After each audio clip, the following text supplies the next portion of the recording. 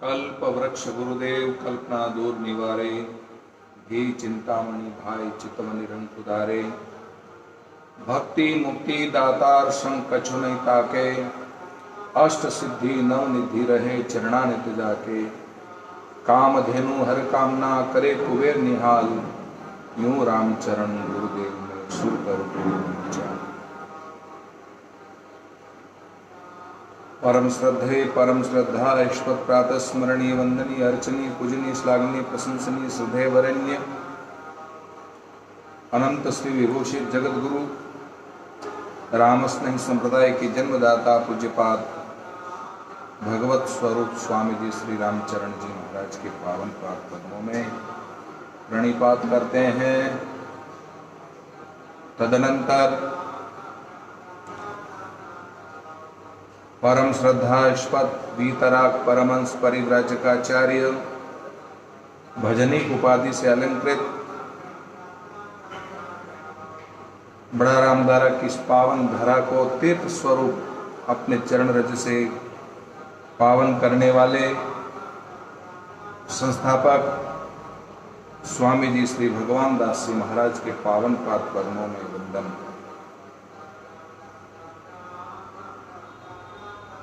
दत्त दिगंबर गुरु 24 सबही का मत धार्या शीस, अपनी अकल आप समझाया मत स्फुरण को गुरु ठहराया। बड़ा ही सुंदर पावन प्रसंग श्री महाराज ने गुरु महिमा में भगवान दत्त का अवधूत दत्त का उदाहरण देकर हम मानवीय जीवन का कल्याण करने का बड़ा ही प्रमुख साधन प्रदान किया। मनुष्य जीवन की सार्थकता निश्चित रूप से जहां जिससे जो गुण सीखने को मिले उन्हें ग्रहण करने की प्रेरणा श्री महाराज प्रदान करते हैं। ये संसार का पदार्थ, संसार का द्रव्य कुछ ना कुछ मानवीय जीवन को यथार्थ बनाने में कुछ सीख देता है और हमें सीखना चाहिए।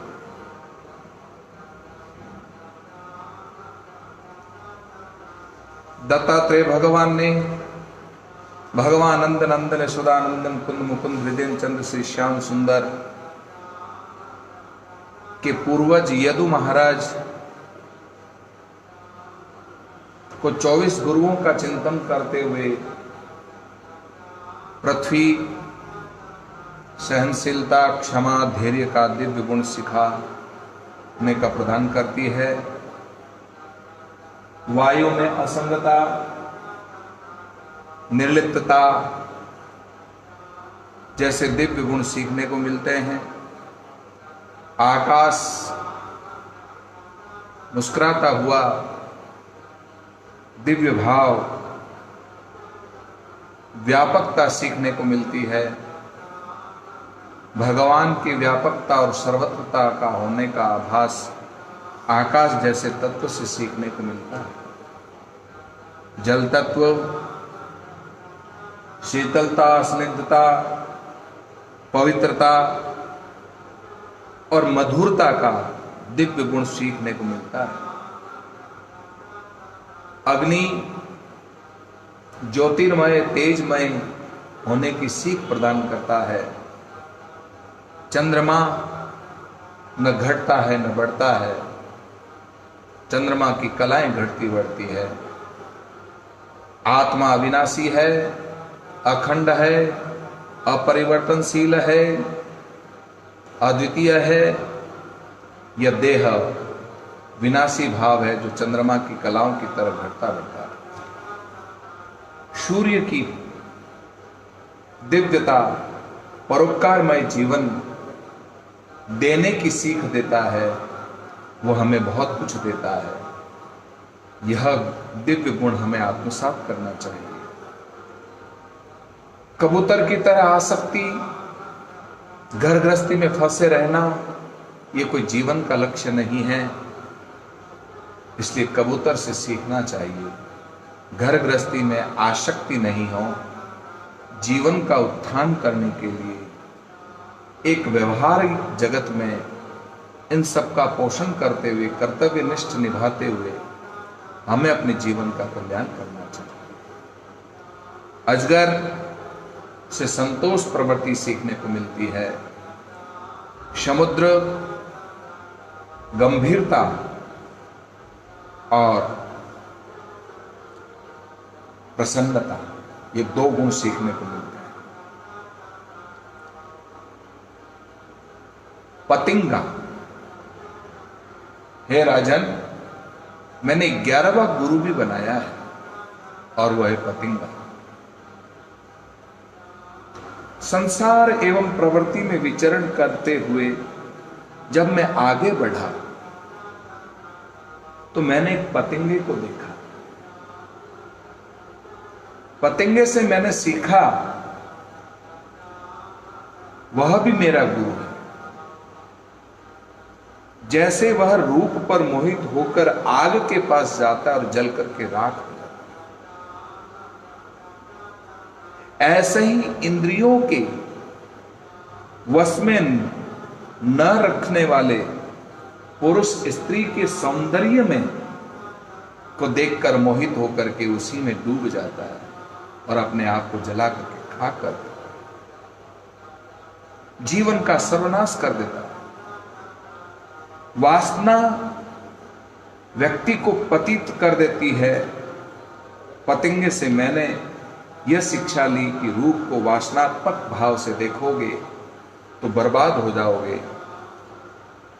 इसलिए अपनी दृष्टि को भक्ति भाव पूर्ण बना करके, भक्ति भाव से यदि हम किसी के सौंदर्य को निहारेंगे तो निश्चित रूप से हमारा उद्धार होगा, वरना हमारा पतन होगा।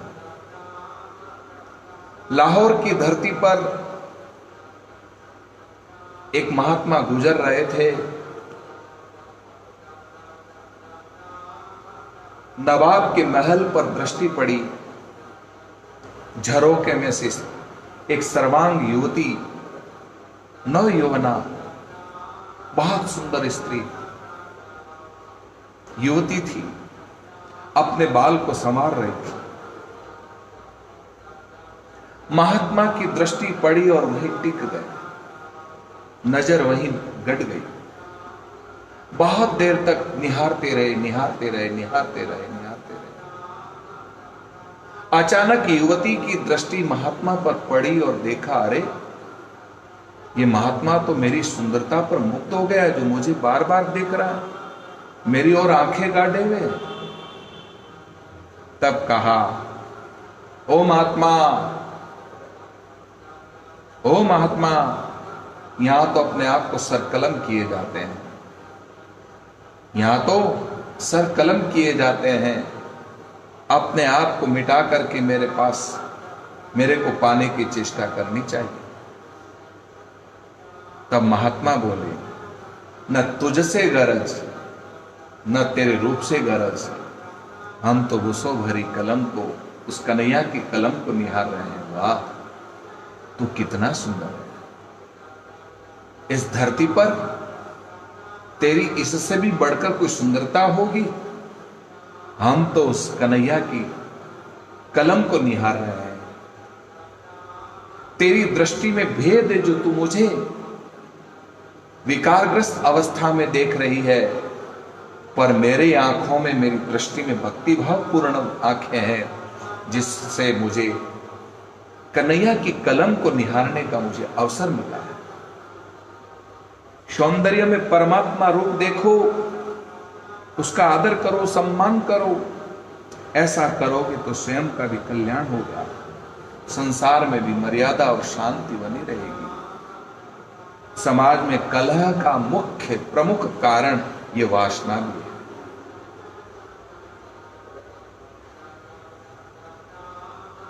राजन, मैंने भ्रमर से भी शिक्षा ली। जैसे भ्रमर अलग अलग फूलों से थोड़ा थोड़ा रस लेकर संग्रह करता है, इस फूल से, इस फूल से, इस फूल से, इस फूल से, एक ही फूल पर बैठकर के संपूर्ण रस का ग्रहण नहीं करता है। वैसे ही बुद्धिमान पुरुष को सभी शास्त्रों का सार ग्रहण करते हुए अपने जीवन का कल्याण करना चाहिए, अपने जीवन को विकसित करना चाहिए। राजन, ब्रह्मर की तरह सार ग्रहण तो करना चाहिए, परंतु आसक्त नहीं होना चाहिए। भंवरा आसक्त हो गया। भंवरे ने कमल में आसक्त होकर अपने प्राण गंवा दिए, आपको पता है। भंवरा कमल के पुष्प में बंद हो गया, और कमल का पुष्प पता है कि सूर्यास्त के साथ में कमल बंद हो जाता है, और उसके अंदर भंवरा बंद हो गया। रात्रि गमिष्यति भविष्यति सुप्रभातम, रात्रि आएगी, चली जाएगी, प्रभात आएगा, सवेरा होगा, मैं पुनः यहां से प्रस्थान करूंगा। आज तो मुझे रात भर इस कमल की पराग का रस पाने के लिए मजमत कर दिया। वो लकड़ी में छेदन कर सकता है, इतनी ताकत उस भंवरे में, और कमल की पंखुड़ी में वह छेद नहीं कर सकता है। कितना आसक्त हो गया भंवरा। पता है, वो भंवरा रात्रि के समय में विचार तो करता है कि कब भोर होगी, कब भोर होगी, कब प्रभात होगा, और इतने में अर्धरात्रि में अपनी प्यास बुझाने को हाथी आया, और उसने प्यास बुझा करके सरोवर से कमल के बंद पुष्प को देखा, और उसको डाली सहित अपनी दांतों से, सूंड से तोड़ करके और अपने दांत डाढ़ों में फंसा लिया और उसे चबा लिया। कमल का पुष्प भी चबा गया, और उसके साथ साथ में भंवरा भी काल कलवित हो गया। साधकों, संसार में रहते हुए भी उसके प्रति आसक्ति नहीं रखनी चाहिए। जगत में अनासक्त भाव से रहना चाहिए। ये सबसे बड़ी सीख, वरना भंवरे की तरह उसे जो है मरना पड़ता है। ये मैंने भंवरे से गुण सीखा राजन। मधुमक्खी को मैंने राजन संग्रह न करने की शिक्षा दी। संग्रह नहीं करना चाहिए। मधुमक्खी मधु का संग्रह करती है, मधु शहद का संग्रह करती है, परंतु उसे भगाकर मधु कोई और ही ले जाता है। परिश्रम किया मधुमक्खी ने, मधुमक्खी का छत्ता तैयार करती है, पर धुआं लगाकर भील सारी मधुमक्खियों को वहां से भगा देता है, और सारा मधु को ग्रहण कर लेता है वो भील। अतएव धन संपत्ति यदि मनुष्य के पास आ जाए तो उसे संग्रह करके मत रखो, उसका उपयोग करो, उसका उपभोग करो, दान करो। धन की 3 गति है, दान, भोग और नाश। पहली बात, धन की गति दान करनी चाहिए। दान मान लो नहीं किया तो अपना उपभोग करना चाहिए, अपने में लगाना चाहिए, खर्च करना चाहिए। खा पी कर मस्त हो जाओ, खत्म करो। तुम दान भी नहीं करते हो, उपभोग भी नहीं करते हो। ऐसे भी जो लोग होते हैं, न खाते हैं न खिलाते हैं, केवल रखते ही रखते, इकट्ठा ही करके रखते हैं। ऐसे लोगों का धन व्यर्थ ही चला जाता है और उसका नाश हो जाता है। धन संपत्ति का लोकहित में, राष्ट्रहित में उपयोग करना चाहिए। यह अवसर है कोरोना महामारी, इस वक्त जो है भूखे को अन्न देकर जो है उन्हें तृप्त करना चाहिए। बेचारे ऐसे कई गरीब लोग हैं जो देनगी करके अपनी रोजी रोटी कमा करके और सुबह शाम को खा लेते हैं, पी लेते हैं, खत्म कर देते हैं। ऐसे कोरोना महामारी के इस वैश्विक बीमारी के चक्कर में बेचारे जो देनगी करने वाले कमा करके खाते हैं, आज उनके साथ में क्या गुजर रही हो। मेरी धनवानों से अपील है, आप अपने घर में अपनी रोटी तो बनाओ ही बनाओ, साथ में गरीबों के लिए भी भोजन बनाकर उन गरीबों को भी देकर के, ये सबसे बड़ा पुण्य है। अन्नदान महादान है, अन्न से बढ़कर के कोई दान नहीं है। साधकों, आज का दिया हुआ दान, किया गया सत्कर्म आपके भावी जीवन के लिए सुरक्षित करता है। आज जो आप ऐसो आराम कर रहे हो, बैठे बैठे खा रहे पी रहे हो, ये पिछले जन्म की कमाई है, पुण्य ही है, दान किया है, जिसके कारण आज बैठे बैठे कमा रहे हो, खा रहे हो, पी रहे हो, आनंद ले रहे हो, आनंद लूट रहे हो। इस जन्म में भी तुम यदि इस तरह की कमाई करोगे, पुण्य ही करोगे और दान पुण्य करोगे, सत्कर्म में लगाओगे, तो निश्चित रूप से आने वाला जो जन्म है वह भी आनंद से बैठ करके तुम खाओगे पियोगे, वरना क्या खाओगे पियोगे। दान की जीवन में बहुत बड़ी महत्ता है, इसलिए संग्रह वृत्ति का त्याग करके दान वृत्ति को अपनाना चाहिए। ये मैंने मधुमक्खी से सीखा। हाथी, घूमते हुए अवधूत ने हाथी को देखा। हाथी हथिनी के स्पर्श के लिए पागल बन जाता है। जंगल में हाथी को पकड़ने के लिए लोग एक बड़ा सा खड्डा खोदते हैं और उसके ऊपर घास फूस की एक हथीनी बनाकर जो है खड़ी कर देते हैं। हाथी उस हथीनी को देखकर स्पर्श सुख के लिए दौड़ता है और दौड़ लगाता है, और जैसे उसका स्पर्श करता है वो तो घास फूस तो है ही, और खड्डे में जाकर के गिर जाता है, और लोग उसका फायदा उठा करके उसको बंदी बना लेते हैं और उसे ट्रेंड करके नचाते हैं, पैसा कमाते हैं। हाथी अपनी स्वतंत्रता गंवा देता है, फिर लोग उसे पैसा जैसा नचाते वैसा वो नाचता है। आदमी भी स्पर्श सुख के पीछे पागल होकर अपना मान सम्मान, स्वतंत्रता, स्वच्छंदता सब कुछ गंवा बैठता है। स्पर्श से क्या सुख मिलता है, पर आदत पड़ जाती है स्पर्श करने की। स्पर्श को ही सुख मानता है तो अपना मान सम्मान गंवा बैठता है। सामने वाला व्यक्ति उसका जो है सम्मान नहीं करता है, उसको गिरे हुए नजरों से देखते हैं। इसलिए साधकों, व्यक्ति को हाथी से शिक्षा लेकर जीवन में सावधानी बरतनी चाहिए, सावधानी बरतनी चाहिए। हिरन, राजन मैंने आगे बढ़ा तो मैंने गायन की धुन पर हरिण को मरते देखा, मरते हुए देखा। संगीत की मधुर ध्वनि को हिरन सुन करके मस्त हो गया, वो पागल सा बनकर के खड़ा हो गया। उसके कान संगीत की ओर थे, मन भी उधर भी चला गया, स्वयं का भान खो बैठा। शिकारी घात में था और शिकारी ने तुरंत घात लगा लिया और उसे बंदी बना लिया। उसने अवसर पाकर हिरण को जाल में फंसा लिया। इस घटना पर भागवतकार ने एक कथा लिखी। गायन में खोकर मनुष्य अपने स्वरूप, अपनी स्थिति को भूल जाता है और उसके पथच्युत और ध्येयच्युत होने की संभावना रहती है। कथा में ऋषिशृंग के जीवन का उदाहरण दिया गया। ऐसा ऋषिशृंग जो है गायन में मुक्त होकर के अपने आप को सब कुछ तपस्या भंग कर देता। भागवतकार ने संगीत गायन को त्याज्य नहीं कहा है।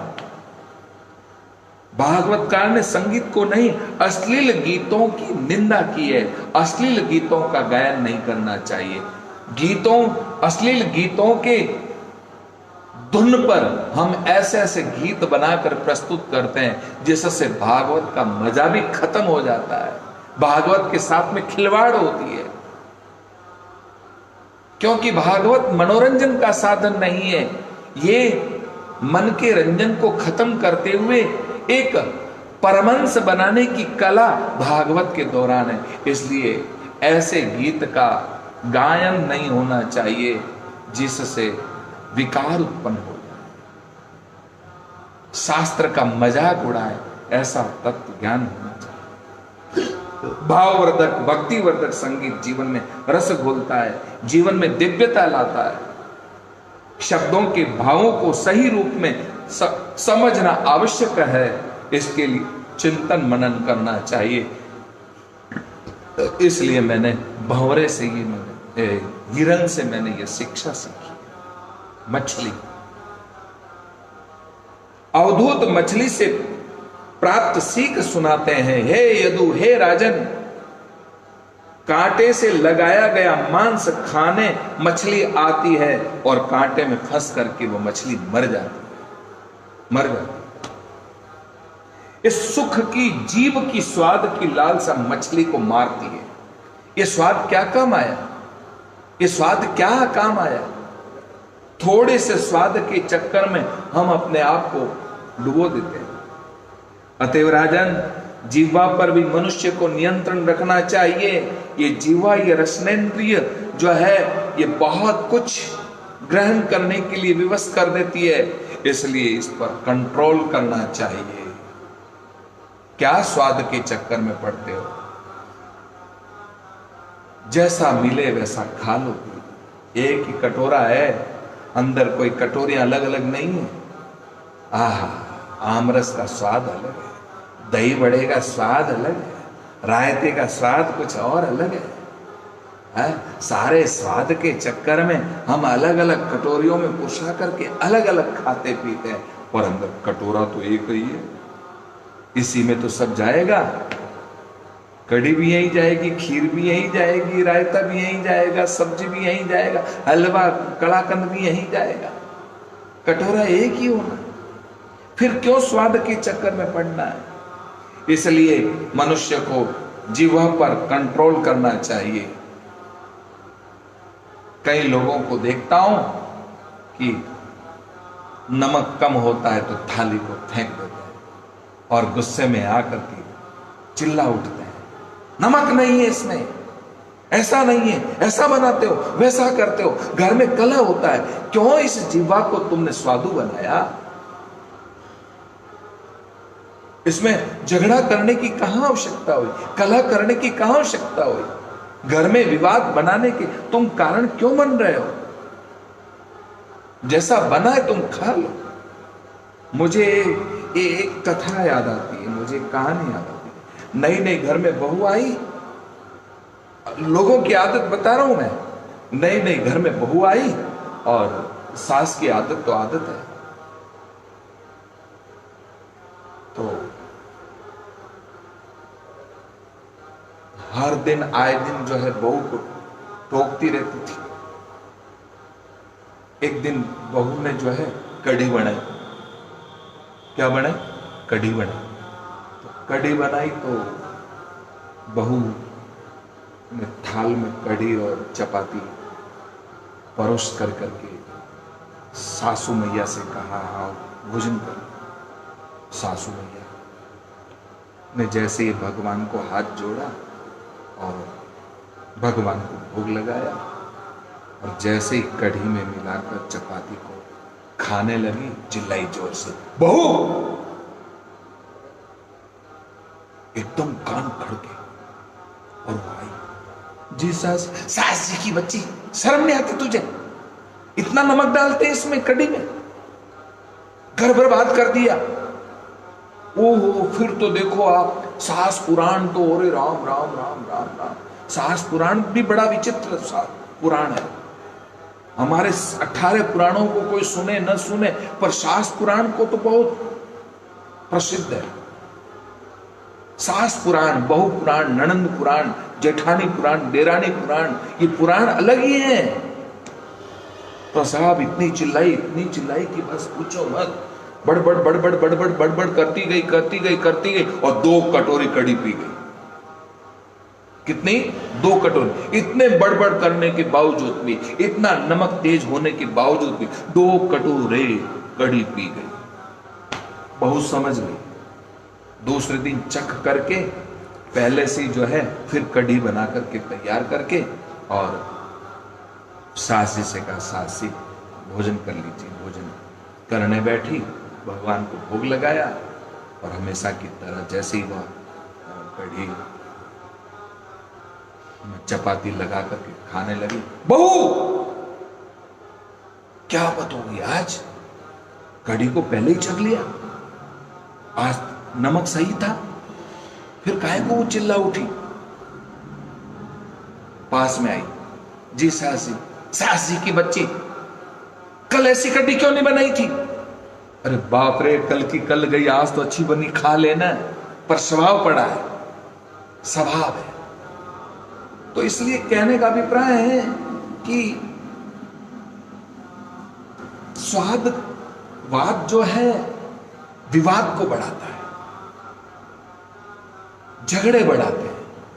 इसलिए अपनी जीवा पर कंट्रोल रखो। लालीबाई बोलती बहुत है, बहुत बोलती, बड़बड़ बड़बड़ बड़ करती रहती, राम राम तो लेती नहीं है, भगवान का जप करती नहीं है, लालीबाई बोलती रहती है।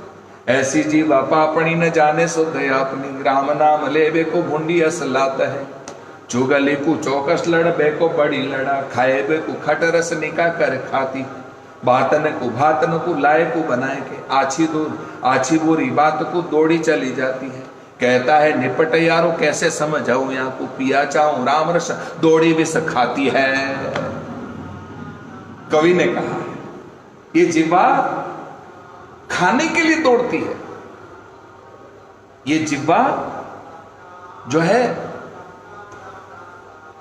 चुगली करने के लिए दौड़ती है, ये जिह्वा तेरी मेरी करने के लिए दौड़ती है, ये जिह्वा कुछ ना कुछ बात बना करके परोसने के लिए तैयार हो जाती है।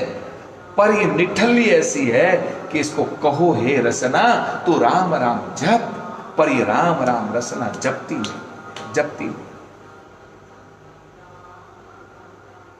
नहीं।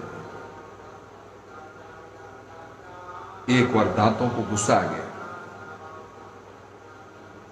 चबा चबा करके हम देते हैं, और ये रसनेन्द्रिया जिह्वा जो है अकेली जो है सारा रस ग्रहण कर लेती।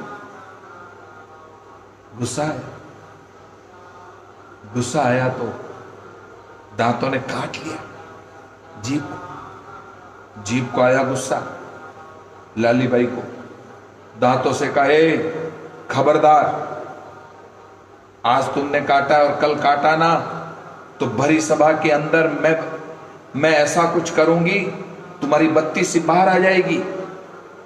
कि बोले वो कैसे, मैं बताऊं प्रैक्टिकल करके। वो सभा में गई, सामने घेवर खड़ा था, ए साले कमीने शर्म नहीं आती तुझे?